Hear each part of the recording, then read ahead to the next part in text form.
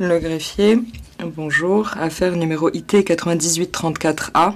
Le procureur contre Mladen Naletilić et Vinko Martinović. Le président, merci madame le greffier. Monsieur Naletilić, monsieur Martinović, êtes-vous en mesure d'entendre clairement et de suivre l'interprétation? Monsieur Naletilić, oui, monsieur le président. Monsieur Martinović, oui.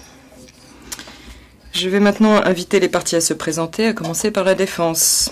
Maître Hennessy, bonjour, je m'appelle Mathieu Hennessy, je représente les intérêts de Mladen Naletilić avec mon confrère Christopher Mick.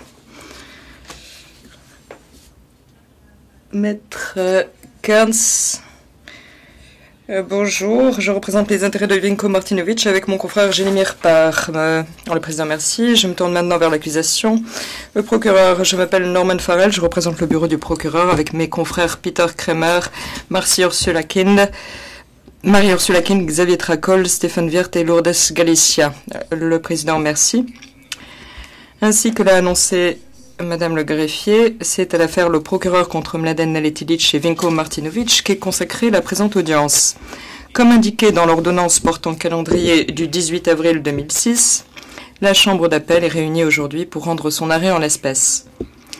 Conformément à l'usage au tribunal international, je ne donnerai pas lecture du texte de l'arrêt à l'exception de son dispositif. Je rappellerai les questions soulevées dans le cadre de la procédure d'appel, puis ferai état des conclusions de la Chambre d'appel. Je tiens à souligner que le résumé qui suit ne fait pas partie intégrante de l'arrêt. Seul fait autorité l'exposé des conclusions et motifs de la Chambre d'appel, que l'on trouve dans le texte écrit de l'arrêt, dont des copies seront mises à la disposition des parties à l'issue de l'audience.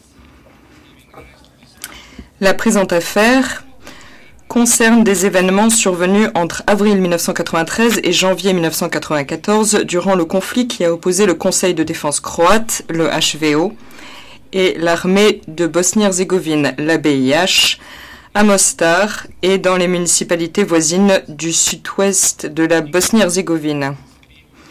Sont concernés en particulier les crimes commis dans le cadre des attaques lancées par le HVO contre les villages de Sovići et Doljani le 17 avril 1993, contre Mostar le 9 mai 1993 et contre le village de Rashtani le 22 septembre 1993.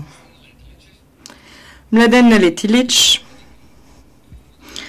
a créé un groupe militaire appelé Bataillon disciplinaire, le KB, qui, après le conflit avec les forces serbo-monténégrines à Mostar en 1992, est devenu une unité professionnelle vouée aux opérations de combat spécial sous le commandement direct de l'état-major principal du HVO.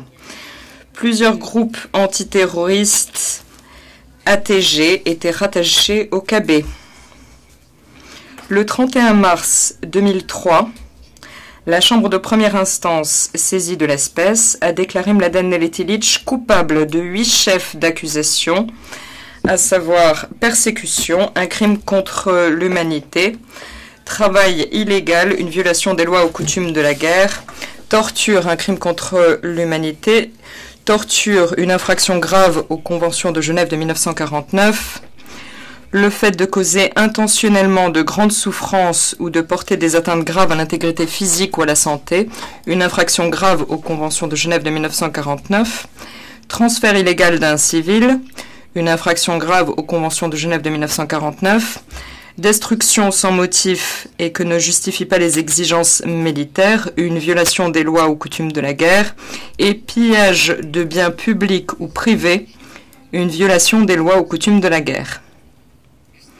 Mladen Naletilić a été reconnu individuellement responsable de certains crimes en application de l'article 7.1 du statut du tribunal international et responsable en tant que supérieur hiérarchique d'autres crimes en application de l'article 7.3. La Chambre de première instance a condamné Mladen Naletilić à une peine unique de 20 ans d'emprisonnement. Vinko Martinović s'est engagé en 1992 dans les forces de défense croates où on lui a confié le commandement d'une unité.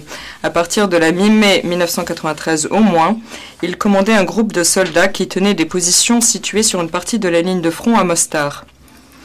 Il était chef de l'ATG Vinko Škrobo qui faisait partie du KB.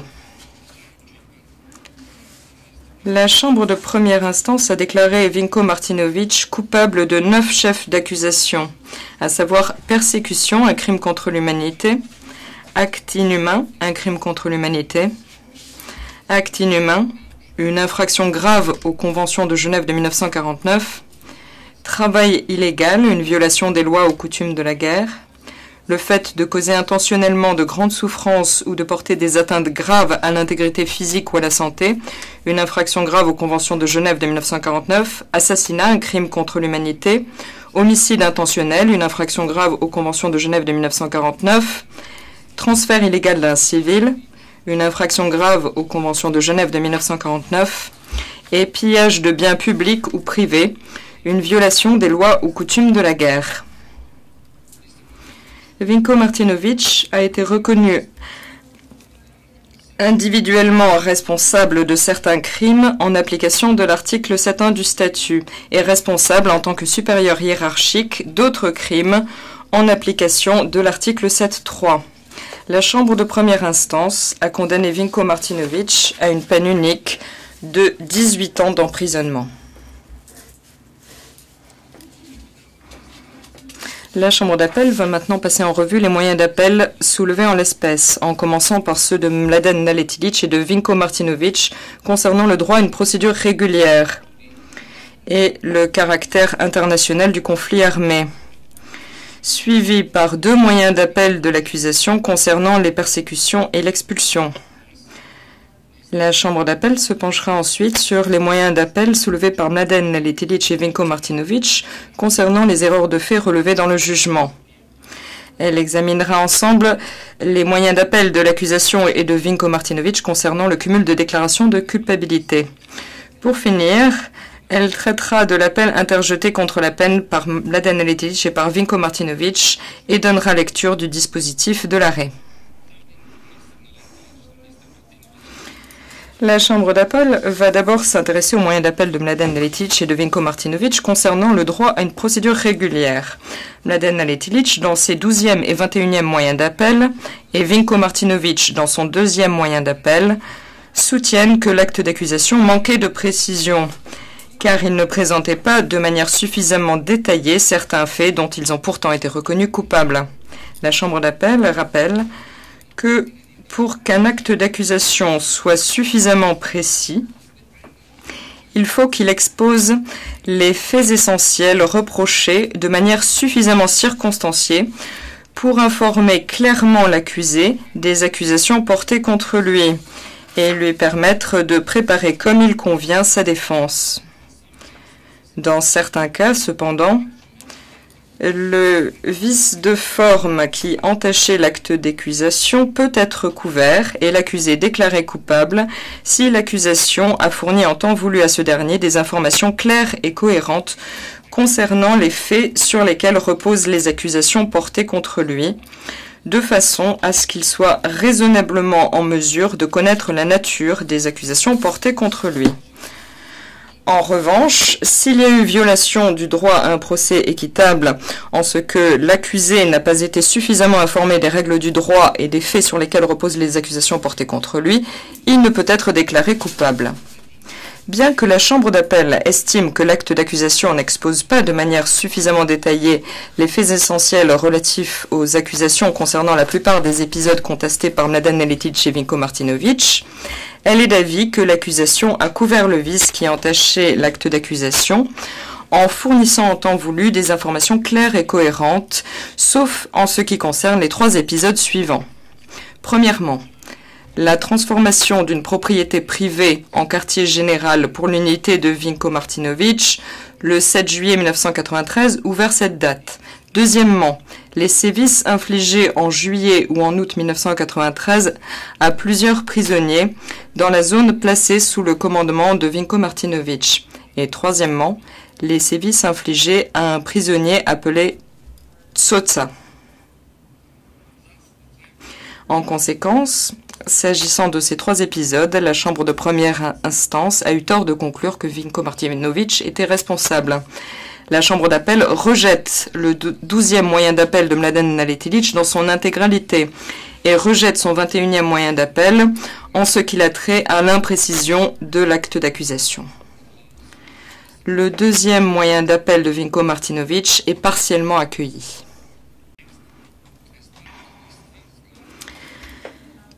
Dans son premier moyen d'appel, Vinko Martinović fait valoir que la Chambre de première instance a commis une erreur de droit en concluant que l'accusation pouvait s'appuyer sur des qualifications subsidiaires.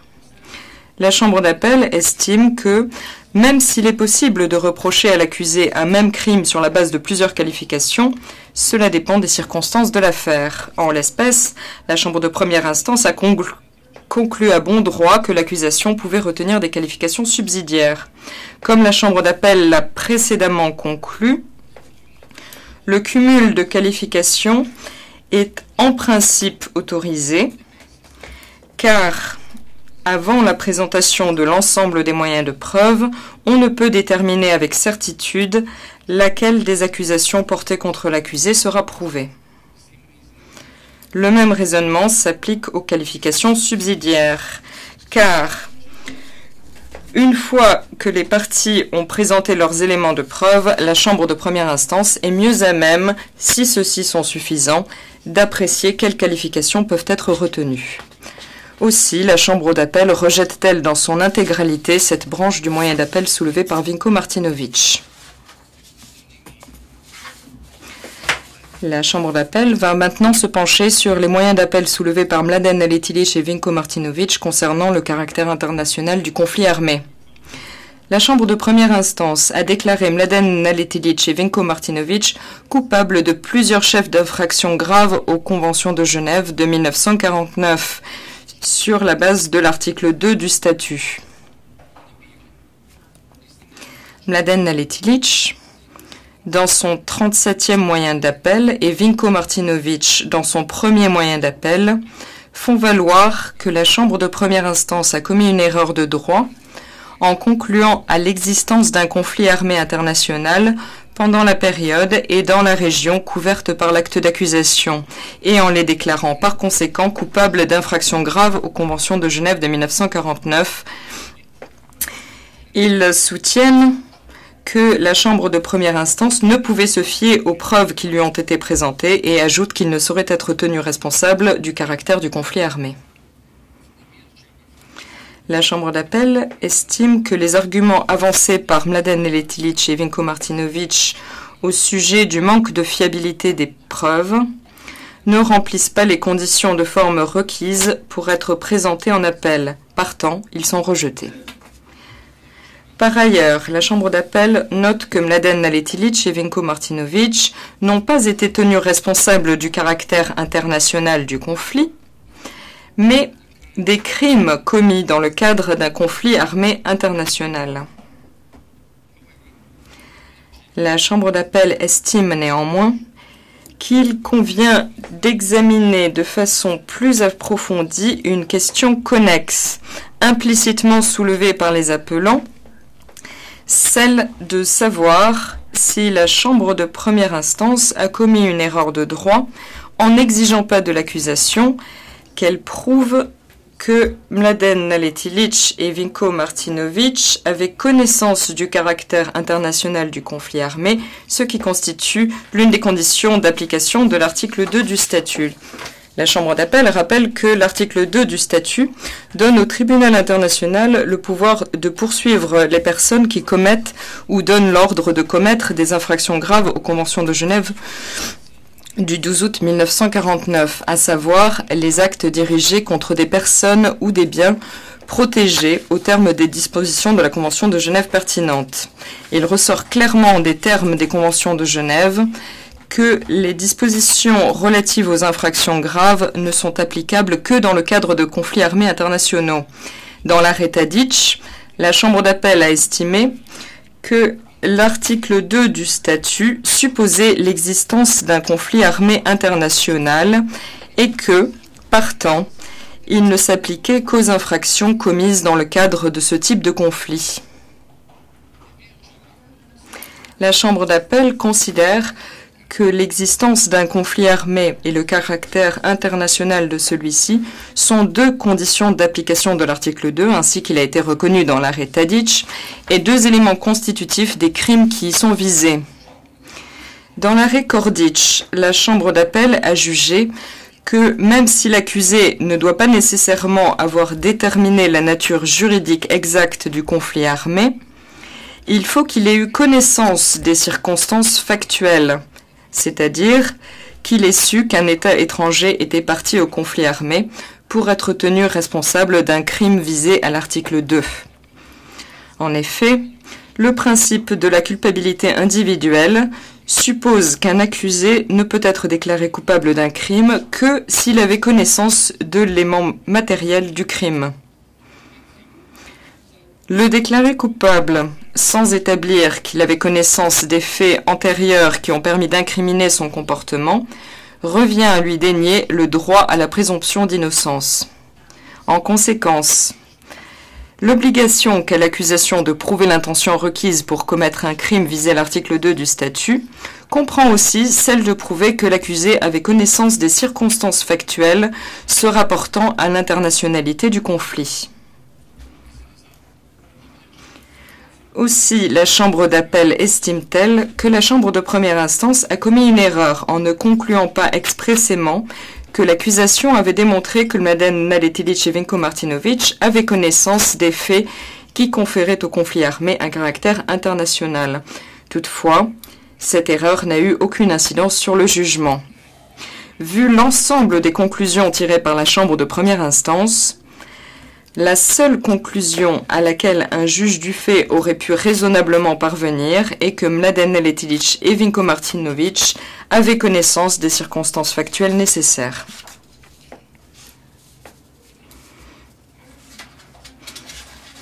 La Chambre d'appel va à présent examiner les moyens d'appel soulevés par l'accusation concernant les persécutions et l'expulsion. Dans son premier moyen d'appel, l'accusation fait valoir que la Chambre de première instance a adopté une approche erronée sur le plan du droit et des faits pour apprécier les éléments de preuve en estimant que certains crimes commis par Vinko Martinović ne constituaient pas des persécutions car les preuves présentées ne suffisaient pas à établir qu'ils avaient été commis pour des raisons raciales, politiques ou religieuses. L'accusation soutient que la Chambre de première instance n'a pas déterminé si les raisons discriminatoires pouvaient se déduire du contexte dans lequel ces crimes avaient été commis ou de la totalité des preuves. La Chambre d'appel rappelle qu'il est bien établi que l'intention discriminatoire peut être déduite du contexte dans lequel s'inscrit une attaque contre la population civile lorsque les circonstances entourant les crimes sous-jacents aux persécutions confirment l'existence de cette intention. Cependant, de l'avis de la Chambre d'appel, l'accusation n'a pas démontré que les circonstances entourant les crimes en question accréditent son idée que ces actes ont été exécutés avec une intention discriminatoire. En conséquence, la Chambre d'appel rejette dans son intégralité le premier moyen d'appel de l'accusation.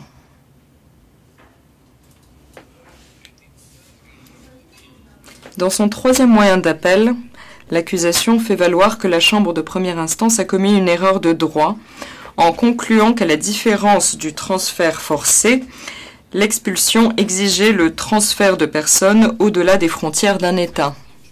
La Chambre d'appel fait observer qu'en l'espèce, il n'y a pas lieu de définir les éléments constitutifs de l'expulsion, un crime contre l'humanité sanctionné par l'article 5D du statut, car dans l'acte d'accusation, les accusés ne devaient pas répondre de ce crime. En conséquence, il n'est pas besoin que la Chambre d'appel s'attarde sur la remarque faite par la Chambre de première instance au paragraphe 870 du jugement, selon laquelle, dans la jurisprudence du tribunal, l'expulsion est définie comme étant un transfert au-delà des frontières d'un État. La Chambre d'appel n'estime pas non plus nécessaire de se prononcer sur cette question au motif qu'elle présente un intérêt général pour la jurisprudence du tribunal international, puisqu'elle a été tranchée dans l'arrêt Stakic. En outre, La question de savoir si l'expulsion implique un franchissement de frontières importe peu pour tenir un accusé responsable sur la base de l'article 5H du statut, car les déplacements forcés sont punissables en tant qu'acte sous-jacent de persécution, qu'il y ait ou non franchissement d'une frontière. Pour déclarer un accusé coupable de persécution, il n'y a pas lieu de qualifier les actes sous-jacents d'expulsion ou de transfert forcé. La notion générale de déplacement forcé rend suffisamment compte de la responsabilité pénale de l'accusé. La Chambre de première instance, ayant donné à penser le contraire, a commis une erreur de droit, mais cette erreur n'a eu aucune incidence sur le jugement, puisque, en tout état de cause, Mladen Naletilić et Vinko Martinović ont été déclarés coupables de persécution pour avoir commis le crime sous-jacent de transfert forcé. Par ces motifs, la Chambre d'appel rejette, le juge Schomburg étant en désaccord, le troisième moyen d'appel de l'accusation. La Chambre d'appel va maintenant examiner les moyens d'appel de Mladen Naletilić puis de Vinko Martinović, dans lesquels ces derniers relèvent diverses erreurs de fait dans les constatations de la Chambre de première instance. La Chambre d'appel n'exposera pas dans le détail chacun de ces moyens d'appel. Elle s'attachera en revanche au bien fondé des premiers, 3e, 6e et 21e moyens d'appel soulevés par Mladen Naletilić, ainsi qu'au bien fondé des branches du 4e et 8e moyen d'appel. La Chambre d'appel examinera les branches des moyens d'appel soulevés par Vinko Martinović concernant l'utilisation de détenus pour aider au pillage de biens privés. Pour les raisons exposées dans l'arrêt, la Chambre d'appel a rejeté les moyens d'appel restants portant sur les constatations de la Chambre de première instance.